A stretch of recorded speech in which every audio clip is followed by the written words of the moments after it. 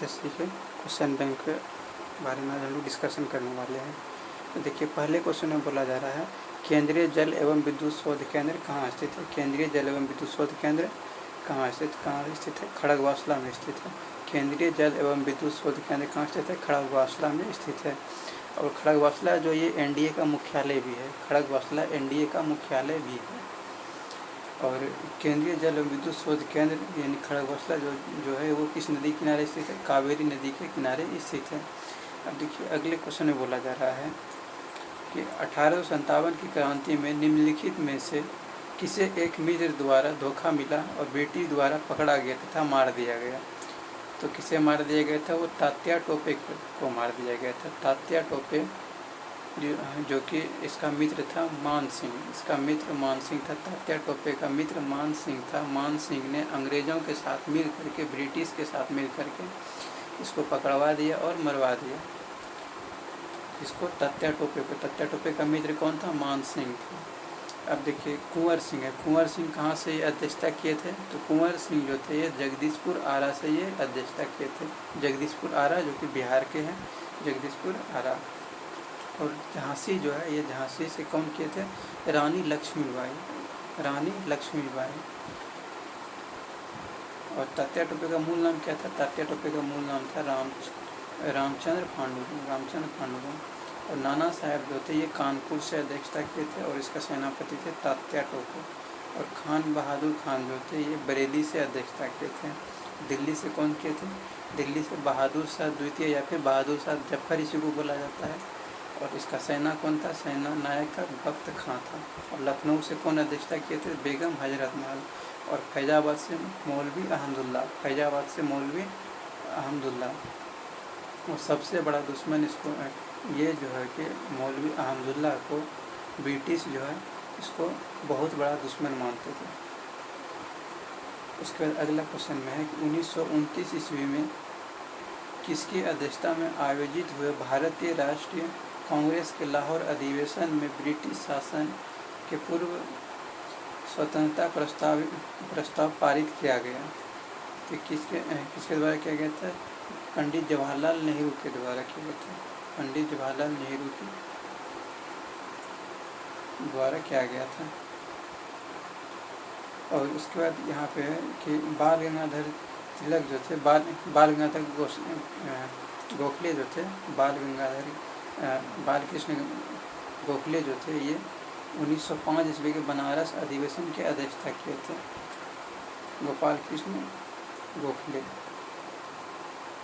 और 1928 के कलकत्ता अधिवेशन की अध्यक्षता कौन किया था? तो मोतीलाल नेहरू ने किए थे। मोतीलाल नेहरू।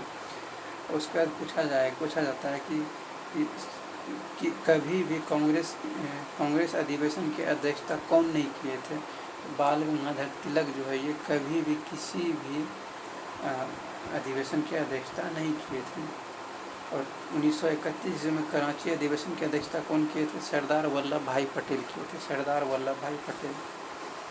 आगे है चौथा क्वेश्चन बोला जा रहा है राज्य के नीति निर्देशक तत्व का कौन सा सिद्धांत महात्मा गांधी के दर्शन से जुड़ा हुआ है? तो कौन सा है? ग्राम पंचायतों की स्थापना। ग्राम पंचायतों की स्थापना, जो कि अनुच्छेद कितना है ग्राम पंचायतों की स्थापना? अनुच्छेद 40 है। और अगर यदि हम लोग बात करते हैं राज्य के नीति निर्देशक तत्व, ये किस भाग में आता है? भाग 4 के अंतर्गत आता है। राज्य के नीति निर्देशक तत्व भाग 4 के अंतर्गत आता है। अब इसमें हम लोग आर्टिकल की बात करते हैं तो आर्टिकल हो जाएगा 36 से 51। 36 से 51 हो जाएगा इसका आर्टिकल। भाग 4 में 36 से 51 तक आर्टिकल लिया गया है। और भाग 4 का क जो है वो 51 का क में है। और इसी तरह हम लोग देखते हैं कि अनुच्छेद 39 का सी में क्या है? तो धन का समान वितरण है। और 42 में क्या? प्रस्तुति सहायता है। और 48 में क्या? कृषि एवं पशुपालन। और 49 में क्या? स्मारकों, स्थानों, वस्तुओं की संरक्षण करना यह है। और 50 में क्या? कार्यपालिका से न्यायपालिका का पृथककरण या अलग करना। पृथककरण करना मतलब अलग करना, एक ही बात है। उसके बाद अगला प्रश्न में है कि हड़प्पा सभ्यता संबंधित है। हड़प्पा सभ्यता किससे संबंधित है? हड़प्पा सभ्यता जो है ये कांस्य युग से संबंधित है। हड़प्पा सभ्यता जो है ये कांस्य युग से संबंधित है। कांस्य युग से संबंधित है। और हड़प्पा जो है ये किस नदी के किनारे स्थित है? हड़प्पा रावी नदी के किनारे है। याद रखना है, हरा हरा, हड़प्पा हरा, हरा मतलब ह से हड़प्पा, रो से रावी, ह से हड़प्पा, रो से रावी, यानी कि हड़प्पा सभ्यता किस नदी के किनारे स्थित है? रावी नदी के किनारे है। और हड़प्पा सभ्यता जो है ये इसका खोज कब हुआ था? 1921 ईस्वी में खोज हुआ था। किसने करवाया था? दयाराम साहनी ने। हड़प्पा सभ्यता की खोज 1921 ईस्वी में दयाराम साहनी के द्वारा किया गया था। और किस ईस्वी में? तो 2350 ईस्वी में, बीसी में था ये। 2350 बीसी से 1750 बीसी के बीच माना जाता है हड़प्पा सभ्यता। 2350 से 1750 बीसी के आसपास माना जाता है। और कैसे पता किया गया इसको? इसका अवधि कैसे पता किया गया? तो कार्बन 14 विधि के द्वारा पता किया गया था। कार्बन 14 विधि के द्वारा पता किया गया था। और हड़प्पा जो है ये कहाँ पर स्थित है? पाकिस्तान के मोंटगोमरी जिला में स्थित है। हड़प्पा कहाँ पर स्थित है? पाकिस्तान के मोंटगोमरी जिला में स्थित है। और किस नदी के किनारे है? रावी नदी के किनारे है। इसको कौन खोजा था? दयाराम साहनी ने। कब खोजा था? 1921 ईस्वी में। इसका डेट कितना है? अवधि क्या है? 2350 1750 बीसी है। और किस विधि से पता किया गया था? कार्बन 14 विधि के द्वारा पता किया गया था। और सजीव वस्तुओं की अगर यदि जांच किया जाता है तो कार्बन 14 विधि के द्वारा किया जाता है। सजीव वस्तु का जांच कैसे किया जाता है? कार्बन 14 विधि के द्वारा जांच किया जाता है। और निर्जीव वस्तु की जांच कैसे किया जाता है? यूरेनियम 237 के द्वारा प्रयोग किया जाता है इसका पता करने के लिए, जाँच करने के लिए। यूरेनियम 237 यूरेनियम डेटिंग प्रयोग इसको कहा जाता है। अगला प्रश्न है कि भारत तथा चीन के बीच सीमा बनाने वाली रेखा कौन सी है? भारत और चीन के बीच सीमा बनाने वाली रेखा कौन सी है? भारत और चीन के बीच सीमा बनाने वाली रेखा है मैकमोहन रेखा। मैकमोहन रेखा। और भारत पर ये रेड क्लिप किसके किसके बीच है? भारत और पाकिस्तान के बीच स्थित है। रेड क्लिप जो है भारत और पाकिस्तान के बीच स्थित है। और डूरंट रेखा किसके किसके बीच स्थित है? तो डूरंट रेखा जो है पहले भारत और अफ़गानिस्तान के बीच हुआ करता था, लेकिन अभी पाकिस्तान का जैसे पाकिस्तान अलग हुआ है तो अभी जो वर्तमान में जो बॉर्डर लग रहा है वो डूरंट बॉर्डर जो लग रहा है वो भारत और भारत बोल रहे हैं, पाकिस्तान और अफ़गानिस्तान के बीच डूरंट रेखा जो अभी है ये पाकिस्तान अफ़गानिस्तान पहले था भारत अफ़गानिस्तान, लेकिन अभी वर्तमान में कहाँ है? पाकिस्तान और अफ़गानिस्तान के बीच स्थित है। और अगर यदि हम लोग बात करते हैं हिंडनबर्ग रेखा किसके किसके बीच स्थित है, तो हिंडनबर्ग रेखा जो है ये पोलैंड और जर्मनी के बीच स्थित है। और मैगीनोट रेखा किसके किसके बीच स्थित है? मैगीनोट रेखा जो है ये जर्मनी और फ्रांस के बीच स्थित है। जर्मनी और फ्रांस के बीच स्थित है। उसके बाद है ऑर्डरनिच रेखा। ऑर्डरनिच रेखा जो है ये पोलैंड और जर्मनी के बीच स्थित है। पोलैंड और जर्मनी के बीच स्थित है। और 17वीं समांतर रेखा किसके किसके बीच स्थित है? 17वीं समांतर रेखा जो है ये उत्तरी एवं दक्षिणी वियतनाम के बीच स्थित है। उत्तरी एवं दक्षिणी वियतनाम के बीच स्थित है। और 49वीं समांतर रेखा जो है ये किसके किसके बीच स्थित है? 49वीं समांतर रेखा ये यूएसए और कनाडा के बीच स्थित है। यूएसए और कनाडा के बीच। अगला प्रश्न में है नीचे दी गई प्रमुख घटनाओं का सही तिथि क्रम क्या है? तो तिथि क्रम पहले पता करना है, तो यानी कि पहले कौन हुआ है, उसके बाद कौन हुआ, उसके बाद कौन हुआ, ये चीज़ में देखना है। तो SLV 3 जो लॉन्च किया गया था, SLV 3 ये 2001 ईस्वी में लॉन्च किया गया था। SLV 3 कब लॉन्च किया गया था? 2001 ईस्वी में लॉन्च किया गया था। और बांग्लादेश का बना था 1971 ईस्वी में। बांग्लादेश 1971 में बना था। SLV 3 लॉन्च किया गया था 2001 ईस्वी में। और बांग्लादेश की कैपिटल यानी कि राजधानी कहाँ पे है? ढाका है। और मुद्रा क्या है? टका। टका। बांग्लादेश की मुद्रा क्या है? टका है। और बांग्लादेश में स्वतंत्रता दिवस कब मनाया जाता है? 26 मार्च को मनाया जाता है। 26 मार्च 1971 ईस्वी में बांग्लादेश बना था। बांग्लादेश लगा हुआ था कब? 26 मार्च 1971 ईस्वी में। इसलिए बांग्लादेश स्वतंत्रता दिवस कब मनाया जाता है? 26 मार्च को मनाया जाता है। उसके बाद सिक्किम भारत का 22वां राज्य, यानी कि सिक्किम भारत का 22वां राज्य कब बना? तो 1975 में 36वां संविधान संशोधन के द्वारा सिक्किम भारत का 22वां राज्य बना है। सिक्किम भारत का 22वां राज्य बना हुआ है। उसके बाद पोखरण परीक्षण। पोखरण परीक्षण कब हुआ? 1974 ईस्वी में हुआ। पोखरण परीक्षण जो है ये 1974 ईस्वी में हुआ है।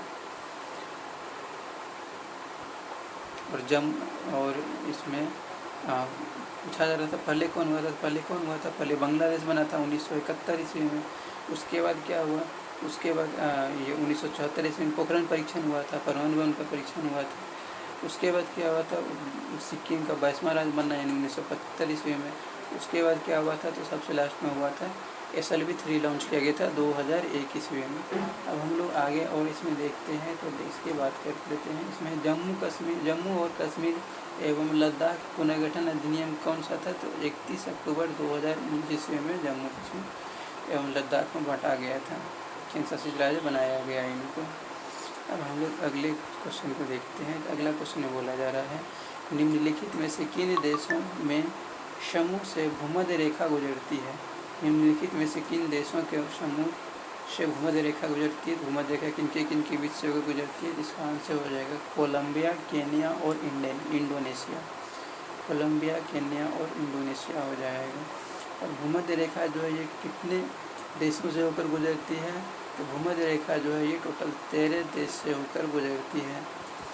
और विषुवत रेखा पर जो विषुवत रेखा भूमध्य रेखा को क्या बोला जाता है? विषुवत रेखा बोला जाता है। और यहाँ पर दिन और रात दोनों बराबर होता है। 31 मार्च और 23 सितंबर को जो है दिन और रात बराबर होता है भूमध्य रेखा पर। उसके बाद अगला है कि चीनी यात्री ह्वेनसांग ने भारत का भ्रमण किया था। तो चीनी यात्री ह्वेनसांग ने भारत का भ्रमण कब किया था? किसके शासनकाल में किया था? तो इसका आंसर हो जाएगा हर्षवर्धन के शासनकाल में। हर्षवर्धन के शासनकाल में, यहाँ पर है हर्षवर्धन के शासनकाल में। चंद्रगुप्त द्वितीय किसके शासनकाल में यहाँ आया हुआ था, भ्रमण किया था? तो फाहियान के शासनकाल में, फाहियान के शासनकाल में। अब हम लोग देख लेते हैं यहाँ पर चंद्रगुप्त मौर्य किसके शासनकाल में चंद्रगुप्त मौर्य के शासनकाल में कौन आया था? मेगास्थनीज आया था। और मेगास्थनीज ने एक बुक लिखी थी जिसका नाम था इंडिका। इंडिका में क्या बताया गया था? तो इंडिका में चंद्रगुप्त मौर्य के बारे में जिक्र किया गया था उसमें।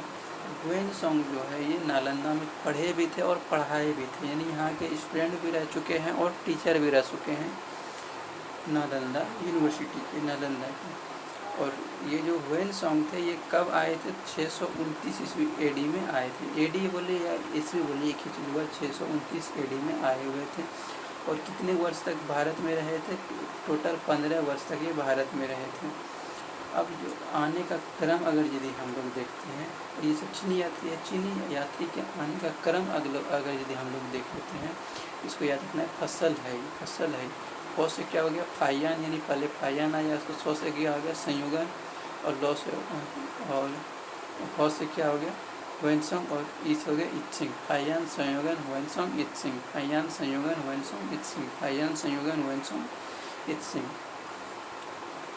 और चीनी यात्री जो है ये चर्चा किसमें किया गया? चीनी यात्री जो आया हुआ था ह्वेनसांग, इसकी चर्चा CU की पुस्तक में किया गया था, CU की पुस्तक। और बिंदुसार के दरबार में कौन आया था? तो डायनोसियस आया था। डायनोसियस में आया था बिंदुसार के दरबार में।